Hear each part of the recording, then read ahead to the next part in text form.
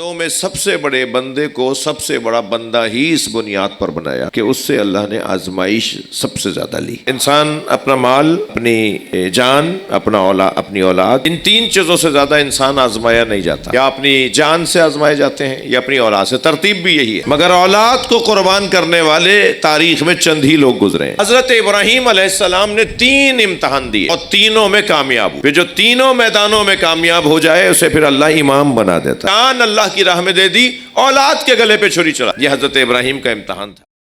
الذی لیس لصفتہ حد محدود ولا نعت موجود ولا وقت معدود ولا اجل ممدود فطر الخلائق بقدرته ونشر الرياح برحمته الصلاة والسلام على الرسول المسدد المصطفى العمجد المحمود الأحمد سيدنا ومولانا ومولى الكونين جد الحسن والحسين عاني أبا القاسم محمد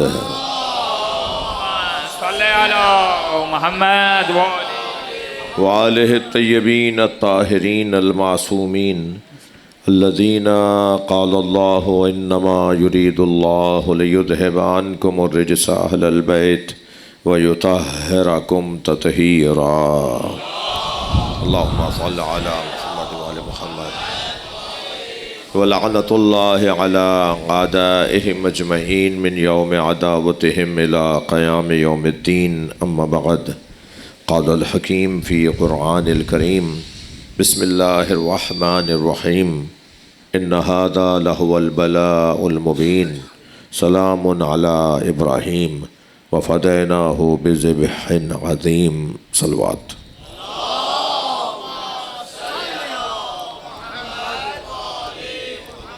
اس سے بڑھ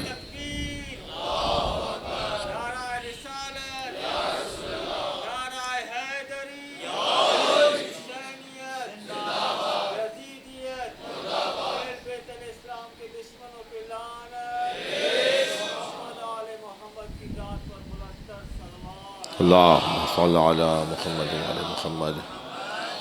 سورہ مبارکہ صافات کی مختصر آیتیں ہیں، میں نے وہ 3 آیتیں پڑھی ہیں۔ سورہ صافات ارشاد ہو رہا ہے ان ھذا، بتحقیق یہ، ھذا اشارہ ہے، ان ھذا بتحقیق یہ، لہو البلاء المبین، وہ بہت بڑی آزمائش ہے، یہ بہت بڑی آزمائش ہے۔ سلام علی ابراہیم، آزمائش پر پورے اترنے والے پہ سلام ہو، ابراہیم پر سلام ہو۔ وفدیناہ بذبح عظیم، یہ جو بڑی آزمائش ہے اسے ہم فدیناہ، ہم مؤخر کر رہے ہیں بذبح عظیم، ایک بڑی آزمائش پر۔ یہ جو آزمائش تھی اس سے بڑی آزمائش پر ہم اس کو مؤخر کر رہے ہیں۔ یہ امتحان ہم لیں گے مگر اس سے بڑا امتحان لیں گے۔ وہ جو بڑی آزمائش تھی وہ آیت کا قرینہ اور آیت کی آگے پیچھے کی آیات بتا رہی ہیں کہ وہ حضرت ابراہیم کی آزمائش، جو اللہ نے اپنے بندے سے، بندوں میں سب سے بڑے بندے کو سب سے بڑا بندہ ہی اس بنیاد پر بنایا کہ اس سے اللہ نے آزمائش سب سے زیادہ لی۔ تھوڑا سا آگے آئیں، زحمت فرمائیں، تھوڑا آپ بھی زحمت فرمائیں، آپ بھی تھوڑا سا آگے آئیں۔ ہلو، نعرہ تکبیر، نعرہ رسالت، نعرہ حیدری، حیدری، بار دیگر باوجود بلند تر صلوات۔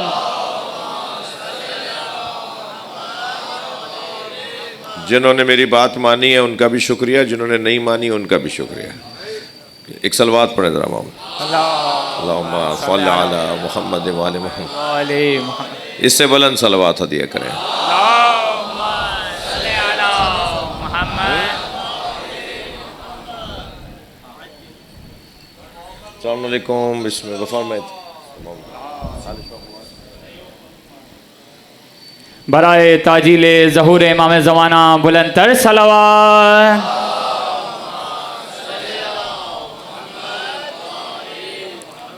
جمہوریہ اسلامی ایران کی کامیابی کے لیے، امریکہ اور اسرائیل کی نابودی کے لیے، آپ سب کی دعاؤں کی قبولیت کے لیے بلندتر صلوات پڑھیں۔ اللہم صلی علی محمد وعلی۔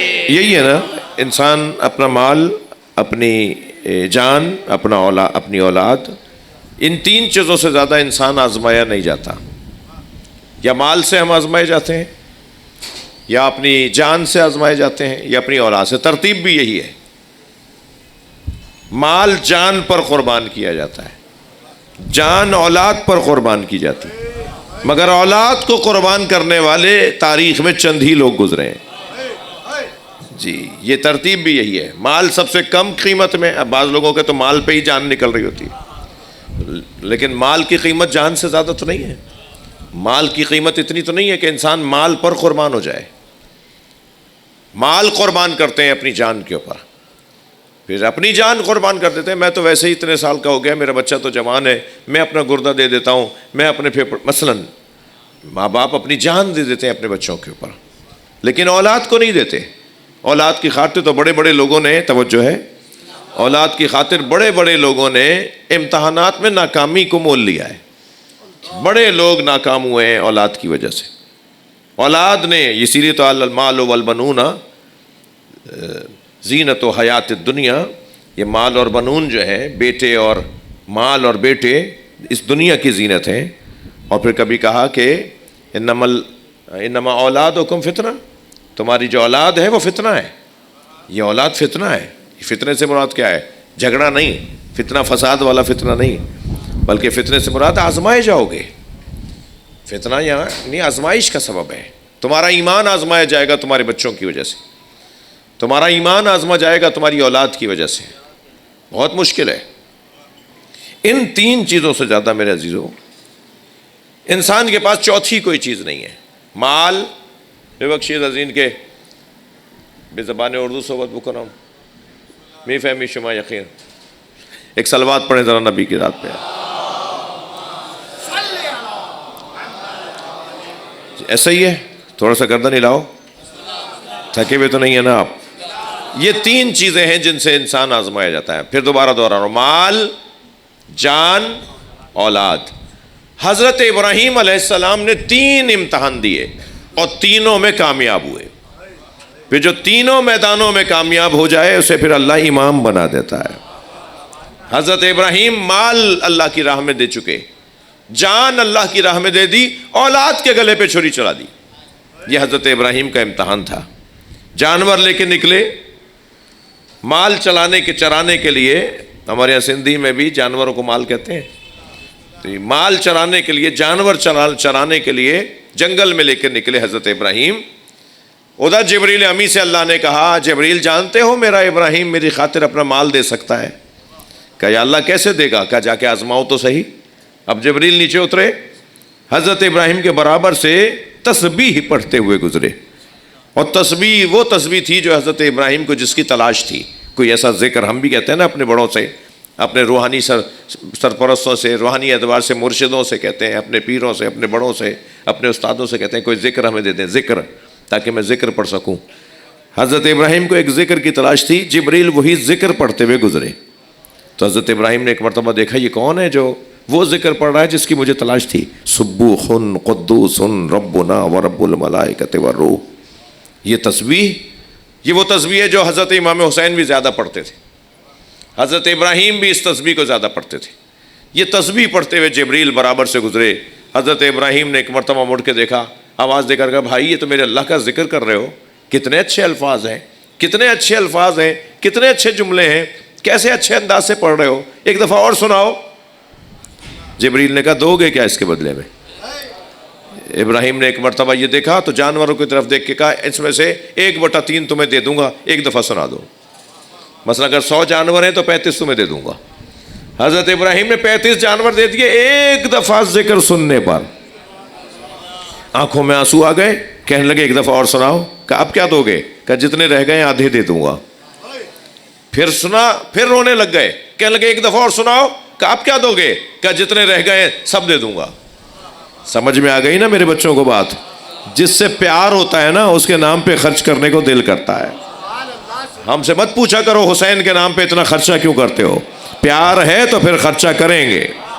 ایک جملے پہ بھی زمین دے سکتے ہیں، گاڑیاں بانٹ سکتے ہیں، اس لیے کہ وہ جملہ حسین کی شان کے مطابق ہمیں اچھا لگ رہا تھا، ہم اپنا مال دینے کو تیار۔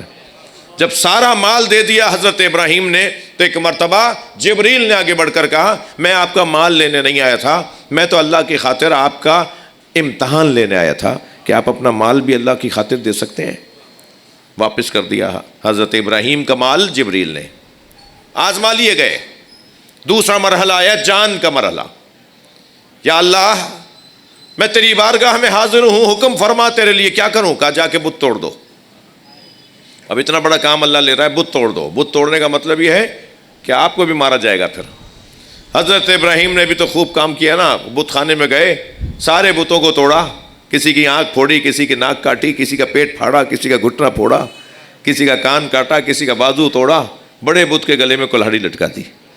ایک بت کو چھوڑا، باقی بتوں کو توڑ پھوڑ کر کے آ گئے، بڑے اطمینان سے کام کر کے آئے۔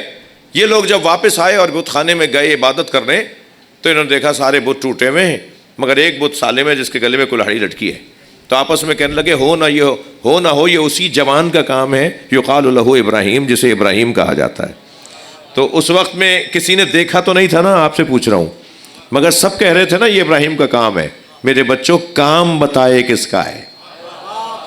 ہنر یہ ہے کہ کام بولے کس کا کام ہے۔ معاشرے میں گم ہو کے رہنے والا علی والا نہیں ہوتا، علی والا اپنے آپ کو پہچانواتا ہے، بھیڑ میں سے نکل کر جو آئے اور اپنی شناخت کروائے وہ ہوتا ہے جو حیدری اور حسینی ہوتا ہے۔ گم ہونے سے کیا فائدہ ہے؟ یہ مت دیکھو کہ وہ کتنے ہیں، یہ دیکھو کہ تم کتنی بڑی طاقت رکھتے ہو۔ اصل طاقت اس دروازے سے جڑنا ہے، اصل طاقت اس مولا پر بھروسہ ہے۔ ابراہیم اکیلے تھے مگر وہ کام کر گئے جو لشکر کرتے ہیں، اور بڑے اطمینان سے گھر آ گئے۔ حضرت ابراہیم کو گرفتار کرنے کے لیے فوجی آ گئے، لے گئے دربار کے اندر، نمرود کا دربار ہے۔ آواز دے کر کہا ابراہیم یہ بت تم نے توڑے ہیں؟ حضرت ابراہیم نے فرمایا اسی نے توڑے ہوں گے جس کے گلے میں کلہاڑی لٹکی ہے۔ تو کہنے لگے وہ تو ناک پہ بیٹھی مکھی نہیں جل سکتا۔ توجہ ہے، وہ تو ناک پہ بیٹھی مکھی نہیں جل سکتا، وہ بت کیسے توڑے گا؟ حضرت ابراہیم نے فرمایا یہی تو میں تمہیں سمجھانا چاہتا ہوں، جو ناک میں بیٹھی مکھی نہیں جل سکتا وہ تمہارا خالق کیسے ہے، وہ تمہارا رب کیسے ہے؟ یہ کیفیت حضرت ابراہیم نے ضمیروں کو زندہ کر دیا، اندر کے انسان کو ہوشیار کیا۔ مگر عادتوں کا مجبور جو ہوتا ہے نا، صلوات پڑھیں ذرا محمد و آل محمد۔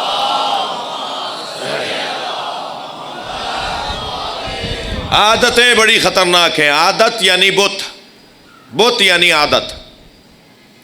جی بت کسی مورتی کو ہی نہیں کہتے، اسے بھی کہتے ہیں، مگر بت ہے عادت۔ عادت بت بن جاتی ہے جس کی خاطر، اس عادت کی خاطر انسان قتل بھی کر دیتا ہے، اس عادت کی خاطر گناہ بھی کرتا ہے، اس عادت کی خاطر چوری بھی کرتا ہے، اس عادت کی خاطر بہن بھائیوں سے رشتے بھی توڑتا ہے، اس عادت کی خاطر ماں باپ سے بے ادبی بھی کرتا ہے۔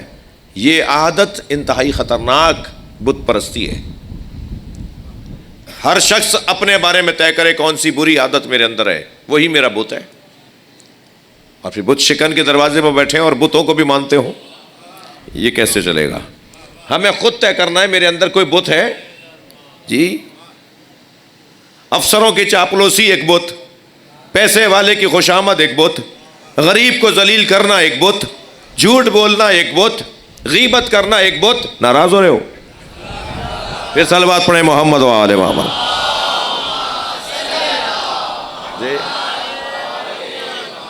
یہ بت ہے نا، یہ بت پرستی ہے نا۔ انسان کسی چیز کے آگے مجبور ہو جائے، اس کا شکار ہو۔ حضرت ابراہیم علیہ السلام کو سزا دے دی، اسے آگ میں جلا دو۔ حضرت ابراہیم نے آگ میں کودنا برداشت کیا، آگ میں جانا برداشت کیا۔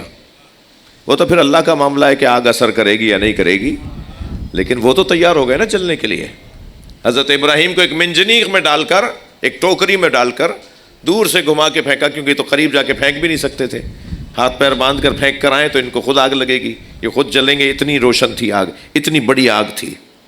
دور سے پھینکنا چاہ رہے تھے، دور سے ٹوکری میں ڈال کر رسی کو گھمایا، اور جو رسی چھوڑی تو وہ حضرت ابراہیم ایک ہوا میں اڑتے ہوئے جا رہے ہیں۔ یہ منظر لکھا ہے تاریخ انبیاء میں، جا رہے ہیں آگ کی طرف، جیسے ہی آگے تر بڑھ رہے تھے تو حضرت ابراہیم کے چہرے کا اطمینان بتا رہا تھا کہ انہیں تو اللہ کی اطاعت میں زندگی چاہیے۔ اب وہ کیسے زندگی ملے گی، کیا زندگی کا مطلب ہے، یہ تو جانتے ہیں حضرت ابراہیم۔ ادھر جبریل کو اللہ نے پھر امتحان کے لیے بھیجا۔ اب کیا ہے کا امتحان ہو رہا ہے؟ جان کا امتحان۔ تھک تو نہیں گئے؟ جان کا امتحان دے رہے ہیں حضرت ابراہیم۔ اور جبریل نے آ کر کہا حل لک حاجت یا ابراہیم، اے ابراہیم کوئی حاجت ہے؟ تو حضرت ابراہیم نے فرمایا، کون کہہ رہا ہے؟ جبریل پوچھ رہے ہیں ہوا میں اڑتے ہوئے ابراہیم سے، جو آگ کی طرف ان کی ٹوکری اڑتی جا رہی ہے، ان سے جبریل پوچھ رہے ہیں اے ابراہیم کوئی حاجت ہے؟ اور ابراہیم فرما رہے اما الیک فلا، ہاں ہے مگر تم سے نہیں ہے۔ تو انہوں نے کہا پھر کس سے ہے؟ کہا اسی سے ہے جس نے آنے کی اجازت دی ہے۔ کہ اگر اسی سے حاجت ہے تو پھر بتاؤ میں جا کے پہنچا دوں، بتاؤ کیا حاجت ہے میں اللہ کو بتاؤں جا کر۔ تو حضرت ابراہیم نے فرمایا علمہ بحالی یغنی عن سوالی، وہ میرے حالات کو جانتا ہے تو اب سوال کی ضرورت کیا ہے؟ جب میرا رب میرے حالات کو جانتا ہے تو میں اب کیا مانگوں اس سے؟ وہ تو جان رہا ہے، دیکھ رہا ہے نا۔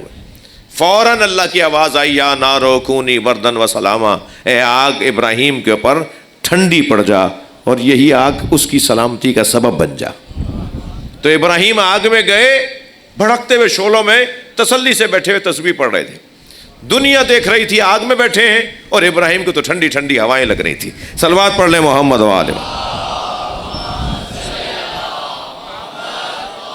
اس سے بلند صلوات نبی کی ذات پہ۔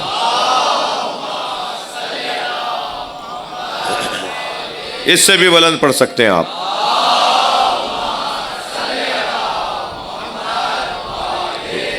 یہ کیفیت حضرت ابراہیم کے جان کا امتحان۔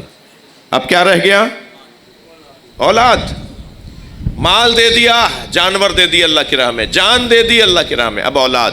خواب دیکھ رہے ہیں انی ارا فی المنام، میں خواب دیکھ رہا ہوں اے اسماعیل کہ تمہارے گلے پہ چھری پھیر رہا ہوں، تمہیں ذبح کر رہا ہوں۔ انبیاء کا جو خواب ہوتا ہے وہ خواب وحی کا درجہ رکھتا ہے۔ حضرت ابراہیم کو اللہ نے حکم دیا اپنے بچے کے گلے پہ چھری چلا دو۔ آئے، آ کے کہا اسماعیل میں نے ایسا دیکھا ہے، کیا دیکھتے ہو؟ کہا بابا آپ وہی کیجئے اللہ نے جو آپ کو حکم دیا ہے، آپ مجھے صابروں میں پائیں گے۔ لے کے چلے حضرت ابراہیم حضرت اسماعیل کو منا کی جگہ پر سرزمین پہ۔ اللہ آپ کو حج کی توفیق عطا فرمائے، جو گئے ہیں انہیں بار بار جانے کی توفیق عطا فرمائے، جو نہیں گئے ہیں اللہ انہیں حج کی توفیق عطا فرمائے۔ جب آپ جائیں گے نا سرزمین منا پر، وہی زمین ہے، وہی علاقہ ہے جہاں حضرت ابراہیم نے حضرت اسماعیل کو لٹایا، ہاتھ پیر باندھ دیے اپنے بچے کے، اپنی آنکھوں پہ پٹی باندھ لی، کیونکہ میں اپنے بچے کو ذبح بھی کروں، خون بہہ رہا ہو، میں کیسے دیکھوں گا؟ دیکھ کر میرا دل نرم نہ پڑ جائے، کہیں اللہ کی محبت اور اولاد کی محبت میں ٹکراؤ نہ آ جائے، لہٰذا آنکھوں پہ پٹی باندھی۔ ابراہیم علیہ السلام نے حضرت اسماعیل کے ہاتھ پیر باندھے، چھری اتنی تیز کی کہ ایک ہلکی سی جنبش کے اوپر گلا کٹے، اتنی تیز دھار چھری بنائی، بہت اسے بار بار دھار دیا کہ ایک ہلکا سے ٹچ کریں تو گلا کٹ جائے، یہ والی کیفیت تھی اس چھری کی۔ مگر جب چھری چلائی تو چھری گلا نہیں کاٹ رہی تھی، انہیں احساس ہو رہا تھا یہ کیا ہو رہا ہے، یہ تو چھری اتنی تیز تھی کہ یہ تو فوراً کاٹتی گلا، یہ کاٹ کیوں نہیں رہی؟ پھر پٹی کھول کے دیکھا تو چھری الٹی تھی، پھر ہاتھ سے اسے دیکھ کر محسوس کیا اور پھر سیدھا رکھا اور پھر چلایا تو پھر چھری نہیں چلی، گلا نہیں کٹا۔ پھر کہ اس کو آواز دے کر کہا میں تجھے تو سیدھا رکھتا ہوں، تو الٹی کیسے ہو جاتی ہے؟ مجال ہے کوئی اللہ کا ولی، کوئی اللہ کی حجت، کوئی اللہ کا نبی، کوئی اللہ کا طرف سے بنایا ہوا امام، کوئی حجت خدا کسی پتھر سے بات کرے اور وہ جواب نہ دے۔ حضرت ابراہیم علیہ السلام نے چھری سے کہا میں تجھے سیدھا رکھتا ہوں تو الٹا کیوں ہو جاتی ہے؟ تو چھری بولی، لوہا بولا۔ مولائیو، حضرت علی مولا کی تلوار ذوالفقار علی سے بولتی تھی۔ یہ جو ذوالفقار تھی نا مولا علی کی، صلوات پڑھیں ذرا محمد و آلہ۔ یہ مولا علی سے باتیں کرتی تھی، مولا علی سے جنگ میں گفتگو کرتی تھی، جی بولتی بھی تھی کہ یا علی اسے مار دیں، اس کی نسل میں تو کوئی آنے والا ہی نہیں ہے، یا علی سے چھوڑ دیں مومن آنے والا ہے۔ گھر آ کر جناب زہرا کو گزارش سناتی تھی، سیدہ زہرا پھر مولا علی کو بتاتی تھی آج آپ نے اتنے مارے ہیں اور فلاں کو تو ایسے مارا۔ تو ایک دن مولا نے فرمایا یہ ساری جزیات آپ کو کیسے پتہ چلی؟ فرمایا میرا بھائی مجھے بتاتا ہے۔ فرمایا آپ کا بھائی کون ہے؟ کہا یہ ذوالفقار۔ صلوات پڑھنے ذرا محمد و آلہ محمد۔ اس سے بلند صلوات۔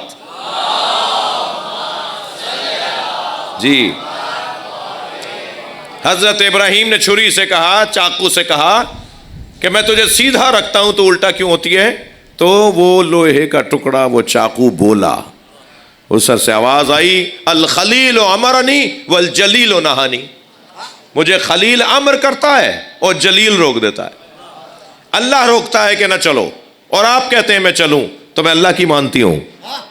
توجہ ہے بات کی؟ فوراً آواز دے کر کہا یا اللہ کیا میری قربانی قبول نہیں ہے؟ پھر آواز آئی وَفَدَيْنَاهُ بِذِبْحٍ عَظِيمٍ، دمبا ذبح ہو گیا مگر اسماعیل بچ گئے۔ آواز آئی ہم اس قربانی کو ایک بڑی قربانی پر مؤخر کر رہے ہیں۔ رات بہت ہو گئی ہے مگر میں اس عزاخانے میں پہلی دفعہ آیا ہوں، کیا کروں؟ صلوات پڑھیں ذرا محمد و آل محمد۔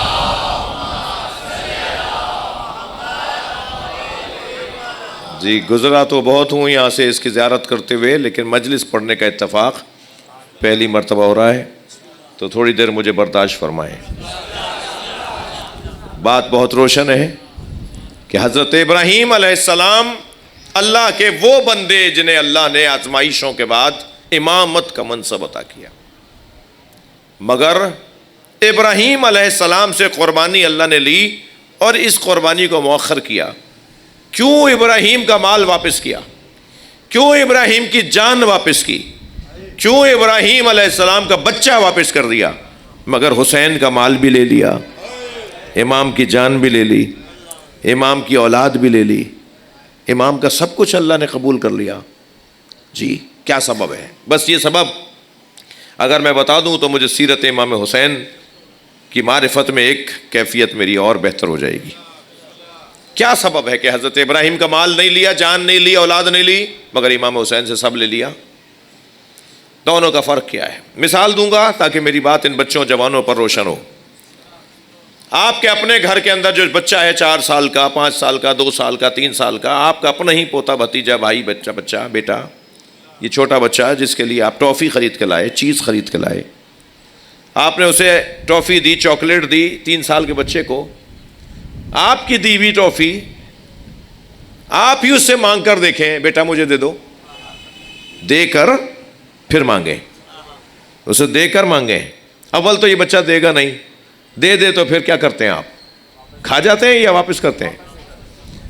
آپ کی دی ہوئی ٹافی اگر آپ کھا جائیں، بھائی آپ ہی کی تو تھی، کوئی کچھ کہے یا نہ کہے آپ کا ضمیر آپ کو ملامت کرے گا۔ بچے کی ٹافی کھا گئے، ارے بھائی خود ہی تو دی تھی، تو دی کیوں تھی؟ اندر سے آواز آئے گی کہ اگر واپس ہی لینی تھی تو دی کیوں تھی؟ تم نے دے کر واپس لے لی بچے کی ٹافی۔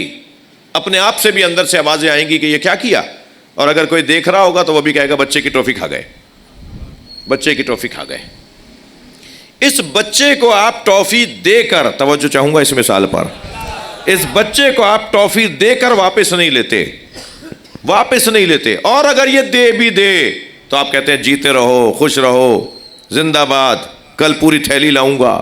آپ زیادہ خوش ہو جاتے ہیں اگر یہ بچہ آپ کی دی ہوئی چوائس لوٹاتا ہے۔ اب سمجھ میں آیا؟ اللہ کا دیا ہوا رزق وہ کبھی زکوٰۃ مانگتا ہے، کبھی خمس مانگتا ہے، کبھی قرضہ مانگتا ہے، اسی کا دیا ہوا تو تھا وہی مانگ رہا تھا۔ تو کیا اتنا نہیں پتا کہ بچے کو دے کر واپس لے لیں تو پھر بھری بھی ٹافیوں کی تھیلی لا کے دی جاتی ہے؟ اللہ بھی جب اپنی چیز دے کر واپس مانگتا ہے، دے دیا تو اللہ پھر 10 برابر کر کے لوٹاتا ہے۔ یہ بچے کے ساتھ ہمارا یہ رویہ ہے یا نہیں؟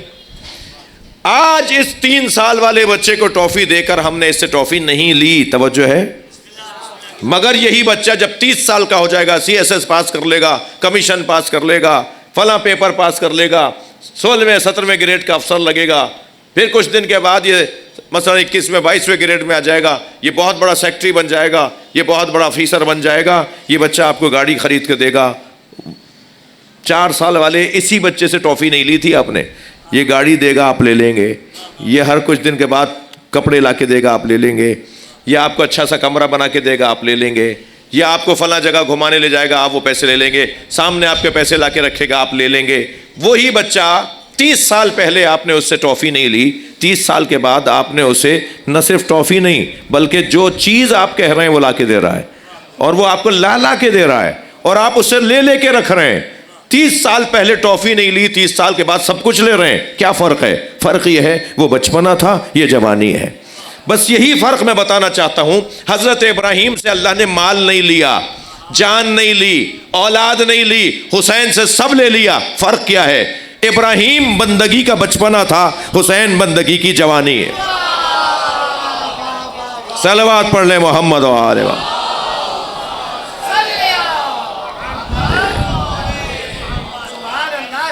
بندگی جب اس کمال پر پہنچے تو حسین کہلاتا ہے. اللہ کا ایسا حسین بندہ جس نے اپنا سب کچھ دے دیا اور اللہ نے سب کچھ لے لیا. اور جس نے اپنا سب کچھ دے دیا ہو اور اللہ اس کے بدلے میں اس سے کیا دے رہا ہے؟ مرضیاں، مشیتیں. یہ تو پھر کوئی بڑی بات ہے کہ اس کے نام پہ رونے والوں کو جنت ملے؟ یہ تو بہت چھوٹی بات ہے. وہ جنت بانٹے، اس کے نوکر جنت بانٹیں گے، ان کے عزادار جنت بانٹیں گے. پھر تو سب کچھ اللہ کی کمائی کا اور اللہ کی کائنات کا سب کچھ وہ حسین کا ہوگا نا، اس لیے کہ حسین نے اپنی کائنات اللہ کو دے دی. اب اللہ حسین کے ذریعے سے ہی اپنا سب کچھ تقسیم کرے گا. جی عزیزو، کبھی سوچتے ہیں نا کہ ہوا کیا، تو سوائے اس بات کے کچھ سمجھ میں نہیں آتا کہ یہ حادثہ نہیں ہوا، یہ منصوبہ ہوا ہے، یہ اتفاق نہیں ہوا ہے، یہ اتفاق نہیں ہوا ہے، یہ ارادتاً آگاہی کے ساتھ ایک نظام بنایا گیا ہے. امام حسین شہید نا آگاہ نہیں تھے، امام حسین شہید آگاہ تھے. پتا تھا کہ میں کہاں جا رہا ہوں. جو روکتا بھی تھا نا تو اسے کہتے تھے کہ جو میں جانتا ہوں وہ تم نہیں جانتے. بہت زیادہ کوئی پیارا ہوتا تھا تو اسے علیحدہ لے جاتے تھے اور کچھ دکھا دیتے تھے، اور جب وہ دیکھ لیتا تھا تو اسے تسلی ہو جاتی تھی کہ حسین جو کچھ کہہ رہے ہیں وہ سچ کہہ رہے ہیں. جب حضرت ام سلمہ نے روکا تھا نا، ام المومنین بی بی ام سلمہ، حسین تمہارے نانا نے مجھے ایک شیشی میں خاک دی تھی اور مجھ سے کہا تھا کہ جب یہ خاک خون میں تبدیل ہو جائے تو سمجھنا میرا حسین مارا گیا. بی بی نے اپنی چادر میں سے وہ شیشی نکالی اور امام حسین کو دکھایا، یہ خاک تمہارے نانا نے مجھے دی تھی، تمہارے جانے کا انداز بتا رہا ہے کہ تم واپس نہیں آؤ گے. امام نے فرمایا، نانی ہاں میرا یہ وہی سفر ہے، میں اب واپس نہیں آؤں گا، میں اب اس سفر سے لوٹوں گا نہیں. سنیں گے عزادارو؟ تو 2 قدم آگے آئیں اور امام حسین سے فرمانے لگیں، پھر زینب کو چھوڑ جاؤ، پھر زینب کو چھوڑ جاؤ. امام نے فرمایا، اللہ زینب کو اسیر دیکھنا چاہتا ہے، اللہ چاہتا ہے زینب کے ذریعے سے اللہ کا دین مضبوط ہو. اجرکم اللہ، اجرکم اللہ. آپ آمادہ ہو رہے ہیں رونے کے لیے؟ اللہ ان آوازوں پہ رحمت نازل فرمائے. کیا ہو رہا ہے یہ؟ جب حضرت عبداللہ ابن جعفر نے، حضرت محمد حنفیہ نے آپ کو روکا تو آپ نے علیحدہ لے جا کے انہیں بتایا، مطمئن کیا انہیں، پھر انہوں نے نہیں روکا امام حسین کو. زہیرقین رضی اللہ تعالیٰ عنہ سے جب آ کر امام نے کہا کہ چلو میرے ساتھ، تو پہلے تو انہوں نے اپنا گھوڑا دے دیا، حسین میری طرف سے گھوڑا لے لو. امام نے فرمایا تمہارے گھوڑے کی ضرورت نہیں ہے. پھر انہیں ہاتھ پکڑ کے خیمے کے پیچھے لے گئے، اور پھر جب واپس آئے تو زہیر کہنے لگے، اپنی زوجہ سے آ کے کہنے لگے، میں تجھے طلاق دے رہا ہوں، مجھے حسین نے ایک منظر دکھایا ہے، میں اب حسین کے ساتھ جاؤں گا. اس نے کہا مجھے طلاق کیوں دے رہے ہو؟ کہا اس سفر سے میں واپس نہیں آؤں گا، میں مار دیا جاؤں گا. کہتے ہیں امام حسین نے وہ لسٹ دکھائی، وہ فہرست دکھائی جس میں زہیر کا نام تھا، اور نبی وہ نام لکھ کر دے کر گئے تھے، حسین تمہارے ساتھ کون کون شہید ہوگا. کہ میری نانا تمہیں شہیدوں میں لکھ کے گئے اور تم دنیا کی طرف جا رہے ہو. پھر زہیر امام حسین کے ساتھ کربلا گئے. عزادارو، زہیر کی زوجہ سے جب زہیر نے کہا نا کہ تم مجھے کیوں طلاق دے رہے ہو، زہیر کی زوجہ نے کہا میں تمہارے ساتھ رہی ہوں، اچھے وفادار ہم ایک دوسرے سے رہے، مجھے کہا میں اب جا رہا ہوں، واپس نہیں آؤں گا. تو کہنے کہ کوئی بات نہیں، میں تمہارے نام کے ساتھ زندہ رہنا چاہتی ہوں. کہ میں کس کی زوجہ ہوں. اور سنیں گے عزیزارو کتنی بڑی مظلومیت تھی. زہیر کی زوجہ دلہا بہت ہی آرام سے چین سے اپنے خیمے میں بیٹھی تھی اور انتظار کر رہی تھی کربلا سے کوئی خبر تو آئے. جب خبر آئی نا کہ کربلا میں حسین کو بھی مار دیا, حسین کے ساتھیوں کو بھی مار دیا, تو اس نے اپنے غلام کو بلا کر ایک کفن دیا اور کہا کربلا جاؤ, اپنے مالک زہیر کو کفن پہنا کر اسے دفنا کر آ جاؤ. عزادارو یہ شخص, یہ غلام کربلا گیا, 2 دن بعد جب لوٹ کر آیا تو کفن ہاتھ میں لیے کھڑا تھا. تو زوجہ زہیر نے کہا میں تجھے معاف نہیں کروں گی, میں تجھے آزاد نہیں کروں گی, تو اپنے مالک کو کفن نہیں پہنا کر آیا. کہنے لگے کہنے لگا بی بی کفن ایک تھا, وہاں جنازے تو بہت تھے, اور نبی زادے کا جنازہ تھا, حسین کا جنازہ تھا, میں کیسے حسین کا جنازہ چھوڑ دیتا اور اپنے مالک کو جنازے کو کفن پہنا کے دفنا دیتا. اجرکم اللہ, اجرکم اللہ. اللہ آپ کو اجر عطا فرمائے, اللہ آپ کو اس کا ثواب عطا فرمائے. یہ کیفیت ہے کربلا میں. میرے مولا نے روز عاشور جنازوں پہ جنازے اٹھائے. رونے والوں, ہر لاشا حسین مولا نے خود اٹھایا, کسی کو لاشا اٹھانے نہیں دیتے تھے. اگر کوئی بڑھ کے کہتا تھا نا مولا یہ غلام ہے, تو فرماتے تھے میرا مہمان ہے, یہ لاشا میں خود اٹھاؤں گا. کچھ دیر کے لیے سوچیں تو صحیح, ہمارے ہاتھ پیر کانپنے لگ جائیں. ایک شخص, ایک وجود صبح سے لاشیں اٹھا رہا ہو اور ہر لاشے پہ اللہ کا شکر ادا کر رہا ہو. اور رونے والوں, 4 لاشیں تو ایسے اٹھائے جن پہ حسین بہت روئے ہیں. اجرکم اللہ. روتے جاتے تھے اور لاشا اٹھا کے لا رہے ہوتے تھے. ان لاشوں کے نام بتاؤں, ایک لاشا جس پر امام بہت روئے ہیں وہ قاسم ابن حسن کا لاشا ہے. حضرت امام حسن کے بیٹے حضرت قاسم کا لاشا. لاشا لے کر آئے نا, ہوتا یہ تھا جب بھی امام حسین لاشا لے کر آتے تھے, اس لاشے کی وارث بیویاں سامنے کھڑے ہو کر امام کا استقبال کرتی تھی. امام سے وہ لاشا لیتی تھیں, پھر نوحہ بلند ہوتا تھا اور گنج شہیدہ میں لاشا لے جا کے رکھ دیا جاتا تھا. جب حضرت قاسم کا لاشا لے کر آئے نا, ساری بیویاں تھیں, اس بچے کی ماں نظر نہیں آئی. تو امام نے تعجب سے جناب زینب کو دیکھتے ہوئے فرمایا بہن زینب, بھابھی ام فروہ نظر نہیں آ رہی. تو ایک بی بی نے بتایا جب قاسم کی شہادت کی خبر آئی تھی تو بی بی پشت خیمہ پہ چلی گئی تھی. ساری بیویوں نے جا کے جو دیکھا تو کیا دیکھا, سجدے میں سر ہے اور جناب ام فروہ تسبیح پڑھ رہی ہیں, شکرن شکرا حقن حقا, یا اللہ تیرا شکر ہے تو نے میری قربانی قبول کر لی. جیسے ہی سجدہ مکمل ہوا, جناب زینب کی آواز آئی بھابھی آپ کو حسین بلا رہے ہیں. آئیں وہاں جہاں لاشا رکھا ہوا تھا, لاشے کو غور سے دیکھتی رہی, لاشے کو دیکھ دیکھ کے روتی رہی. پھر امام حسین کی طرف دیکھا, فرمایا بھائی حسین مجھے قاسم کا کرتا چاہیے, جس کرتے میں میرا بچہ شہید ہوا ہے وہ کرتا مجھے دے دیں. امام نے بھی نہیں پوچھا بھابھی اس کرتے کا کیا کریں گی, جو چاک چاک ہو گیا, تار تار ہو گیا, خون بھرا کرتا, اس کرتے کا آپ کیا کریں گی, ماں مانگ رہی تھی نا. امام نے کچھ ہی دیر کے بعد اس دکھیا ماں کو وہ خون بھرا کرتا, وہ تار تار چاک چاک پھٹا جگہ جگہ سے گھوڑوں کی ٹاپوں سے جو چاک ہو گیا تھا, وہ جناب ام فروہ کو دے دیا. بی بی نے اسے خیمے میں لے جا کے رکھ دیا. عصر عاشور خیمے لوٹے. 11 محرم کو یہ قافلہ کوفہ گیا, کوفے سے شام گیا, شام سے دربار گیا, دربار سے زندان گیا, زندان سے رہائی ملی, تبرکات واپس آئے, گٹھڑیاں واپس آئیں, چادریں واپس آئیں, بالیاں واپس آئیں.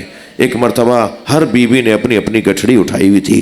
جناب ام فروہ نے میں اپنی گٹھڑی سینے سے لگائی ہوئی تھی. یہ قافلہ شام سے کربلا آیا, کربلا سے مدینہ گیا. جب مدینہ پہنچی نا تو بار بار کہنے لگی میرا اونٹ جنت البقیع لے جاؤ, میرا اونٹ جنت البقیع لے جاؤ. اور جنت البقیع پہنچی تو اونٹ کے بٹھانے کا انتظار نہیں کیا, کھڑے اونٹ سے خود کو گرا دیا. اور امام حسن کی قریب, قبر کے قریب گئی, برابر میں بیٹھی گٹھڑی کھولی, خون بھرا کرتا نکالا اور امام حسن کی قبر پہ پھیلا دیا. اور ایک نوحہ پڑھا, اے میرے والی تمہارے بچے کی نشانی لائی. قاسم نے وفاداری کا حق ادا کر دیا. اجرکم اللہ, اجرکم اللہ. اللہ ان آوازوں پہ رحمت نازل فرمائے. ایک لاشا جس پر امام بہت روئے وہ حضرت قاسم کا لاشا. اور رونے والوں دوسرے لاشے کا نام بتاؤں, وہ ہے علی اکبر کا لاشا. بہت روئے, بہت روئے. اور تیسرے لاشے کا نام سنیں گے, وہ ہے عباس کا لاشا. اور چوتھے لاشے کا نام بتاؤں, چھوٹا بہت تھا مگر امام حسین سے اٹھتا نہیں تھا. کبھی آگے جاتے تھے انا للہ کبھی الٹے پیر واپس آتے تھے، رضن بقضائہ و تسلیما لامرہ۔ میرے مولا نے علی اصغر کے لاشے پہ ابا کا دامن ڈالا ہوا تھا۔ رونے والوں، کربلا میں گرمی بڑی شدید تھی، دھوپ میں تپش بہت زیادہ تھی۔ یہ بچہ جو کچھ دیر پہلے تک پیاس سے تڑپ رہا تھا، اب یہ بابا کی گود میں سو رہا تھا۔ آپ کی آنکھوں میں آنسو ہیں۔ اس خطے کے اندر کچھ ہندو برادری کے لوگ بھی یقیناً رہتے ہوں گے۔ میں کچھ مدت پہلے جب ہندوستان گیا تو میں نے لکھنؤ کے امام بارگاہ میں، جیسے یہ امام بارگاہ ہے نا، ایسے ایک منظر دیکھا۔ ہم زیارت کر کے باہر نکل رہے تھے تو لائن سے ہندو عورتیں کٹورے لے کر آ رہی تھیں اور ان کٹوروں میں دودھ تھا۔ میں نے اپنے میزبان سے پوچھا کہ یہ کیا منظر ہے، یہ کیا ہو رہا ہے؟ تو کہنے لگے یہ ساری وہ ہیں جن کی مرادیں پوری ہوئی ہیں، یہ جھولے پہ دودھ چڑھانے آئے ہیں۔ یہ حضرت علی اصغر کے جھولے پر دودھ لے کر آئی ہیں، یہ یہاں دودھ چھوڑ کر جائیں گی۔ میرے ایک دوست ہندوستان بنارس کے رہنے والے، وہ بیان کر رہے تھے کہ روز عاشور ان کے امام بارگاہ سے تعزیے کا جلوس نکلتا ہے۔ وہ تعزیے کا جلوس بنارس کی کربلا میں جا کے ختم ہوتا ہے۔ وہ کہنے لگے کہ ہم جلوس نکلا تو آگے چلے گئے تاکہ انتظامات دیکھیں کہ کیسے انتظامات کیے ہوئے ہیں۔ تو کچھ آگے گئے تو ہم نے ایک چوک پر دیکھا، ہزاروں کی تعداد میں ہندو عورتیں اس چوک کے اوپر کھڑی ہیں۔ کہنے لگے جب ہم قریب سے گزرے تو یہ چیز محسوس ہوئی کہ ہر گود میں دودھ پیتا ہوا بچہ ہے۔ کہنے لگے ہم برابر سے گزرے تو ایک عورت کی آواز آئی، بھائی مسلمان لگتے ہو؟ تو میں نے کہا ہاں مسلمان ہیں ہم۔ کہنے لگے مسلمان ہو تو بتاؤ بابا حسین کا جلوس کب آئے گا؟ میں نے ان سے پوچھا تمہیں بابا حسین کے جلوس کا انتظار کیوں ہے؟ کہنے لگے تمہیں نہیں پتا آج حسین کا بچہ بھوکا مارا ہے، آج ہم اپنے بچوں کو دودھ نہیں پلاتے جب تک تعزیہ دفنا نہ دیا جائے۔ سلام ہو جناب رباب پر۔ یہ چوتھا لاشا ہے۔ رونے والوں، حسین نے سارے لاشے خود اٹھائے مگر حسین کا لاشا اٹھانے والا اجرکم اللہ۔ ہو گئی مجلس، بس آخری جملہ سن لیں۔ امام حسین جب گھوڑے پر بیٹھ کر میدان کربلا میں پہنچے نا، اور ایک ایسا وقت آیا کہ ہر طرف سے حملہ ہونے لگا اور ایک آواز آنے لگی، یا ایتھا النفس المطمئنہ ارجعی الی ربک راضیۃ مرضیہ، اور حسین گھوڑے پہ ڈگمگانے لگے۔ تو جس طرف گرتے تھے نا امام، اس طرف اشارہ کر کے کہتے تھے لا واللہ نہیں چاہیے مجھے، نہیں چاہیے۔ پھر دوسری طرف اشارہ کر کے کہتے تھے مجھے نہیں چاہیے۔ کوئی کچھ نہیں دے رہا تھا، سب گرانا چاہتے تھے۔ پھر حسین کس سے بات کر رہے تھے کہ مجھے نہیں چاہیے؟ سنیں گے کیا ہوا تھا؟ جب گرنے لگتے تھے زہرا نظر آتی تھی، میرے لال میری آغوش میں آ جا، اور امام کہتے تھے اماں یہ میرا امتحان ہے، مجھے خود گرنے دیجئے۔ اور جب امام گھوڑے سے زمین کی طرف آئے ہیں تو پسر سعد نے آواز دی کہ خبردار کوئی ذوالجنہ کو تیر نہ مارے، میں نے اپنے بچپن میں نبی کو اس پہ بیٹھے دیکھا ہے، اسے پکڑ کر لاؤ، میں تبرک کے طور پر اپنے پاس رکھوں گا۔ ہمارا ماتم ہی اس بات پر ہے، تجھے نبی کی سواری یاد رہی، تجھے حسین نبی کا سوار یاد نہیں رہا۔ کیا لگا خبردار کوئی ذوالجنہ کو تیر نہ مارے، اسے پکڑ کر لاؤ، میں تبرک کے طور پر اپنے پاس رکھوں گا۔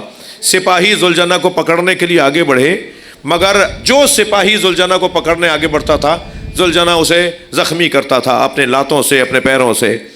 80 سپاہیوں کو ذوالجنہ نے زخمی کیا، 2-2 4-4 کر کے جاتے تھے مگر سب کو وہ زخمی کر دیتا تھا۔ جب بہت سے زخمی ہو گئے تو پھر پسر سعد کی آواز آئی، اب کوئی ذوالجنہ کے قریب نہ جائے، چھوڑ دو، دیکھو کرتا کیا ہے۔ جب دیکھا نا گھوڑے نے کہ سب دور ہو گئے، اب کوئی میرے قریب نہیں آ رہا، تو اس نے دائیں بائیں دیکھنا شروع کیا، اسے احساس ہوا حسین سے دور ہو گیا ہے۔ ہاں، جہاں امام کو اتارا تھا نا، اپنی حفاظت میں اپنے آپ کو بچاتے بچاتے دور چلا گیا تھا، پھر دوڑا اسی طرف جہاں حسین کو اتارا تھا، مگر رونے والوں اسے آنے میں دیر ہو گئی تھی۔ حسین مولا کے گلے پہ خنجر چل چکا تھا، امام کے گلے سے خون بہہ رہا تھا، لاشیں بکھرے ہوئے تھے، یہ لاشوں کے درمیان ہر لاشے کو سونگھتا تھا، اور ایسے سونگھ رہا تھا جیسے اپنا پھول تلاش کر رہا ہو، اور اسی لاشے پہ رکا جو حسین مولا کا لاشا تھا۔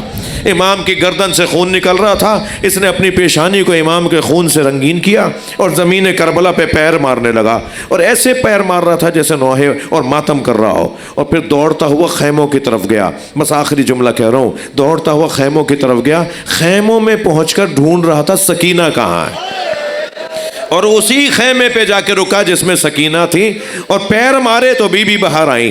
بی بی نے بابا کا خالی گھوڑا دیکھا تو گھوڑے کی گردن پہ ہاتھ رکھا اور ایک ہی سوال کیا، یا جواد ابی ہل سقیا ابی ام قتل اچھانا، اے میرے بابا کے باوفا گھوڑے، مجھے اتنا بتا پانی پلا کر مارا؟